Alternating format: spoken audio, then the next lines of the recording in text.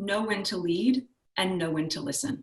Yes. And those are probably the two key things in this moment that I think people, that distinction of knowing when, like, you need to be on the right side of this, as we all do, but you also need to know that in being on the right side of it sometimes just involves listening and having an understanding of what's at play. Meghan Markle and Prince Harry, who are Vice President and President of the Queen's Commonwealth Trust, recently spoke with young leaders from the organization, and they discussed justice, fairness, and equality. A lot of it as well is in that self-reflection, it's acknowledging whatever mistakes we've all made, right? So if we look at the Commonwealth, and I know part of the conversation we're going to explore later on is looking at the history of that.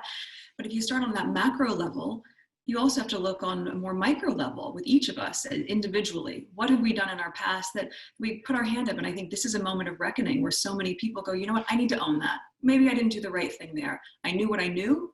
However, now it's time to reset in a different way. And I think both of us, it's part of the conversation we've had quite a bit in our calls over the last few weeks surrounding the Black Lives Matter movement, for everyone to be a part of this conversation. The Duke and Duchess of Sussex also spoke about the Black Lives Matter movement. The first time ever, thanks to the Black Lives Matter movement, that doesn't have a single address, doesn't have a single leader.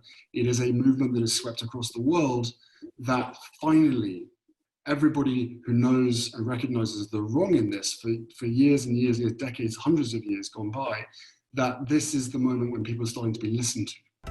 The former Suits star also shared that while she believes there are difficult conversations people are having, she is hopeful for the future. And Harry also spoke on change, sharing an optimistic outlook. I'm aging, right? I'm 35 already, and that's not aging. It is aging compared to these guys, look.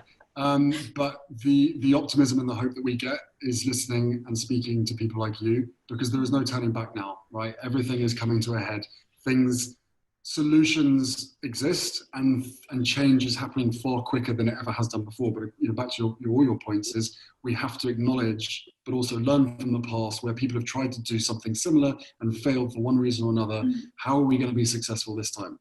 The conversation comes as the Black Lives Matter movement has swept the globe, with people all over the world calling for equality for all. This isn't the first time Meghan Markle has been outspoken over racial injustices. She got honest about her personal experiences during a virtual graduation speech for her former high school. And I wasn't sure what I could say to you. I wanted to say the right thing, and I was really nervous that I wouldn't, or that it would get picked apart. And I realized the only wrong thing to say is to say nothing. Because George Floyd's life mattered, and Breonna Taylor's life mattered, and Philando Castile's life mattered, and Tamir Rice's life mattered. And so did so many other people whose names we know and whose names we do not know. Stephon Clark, his life mattered.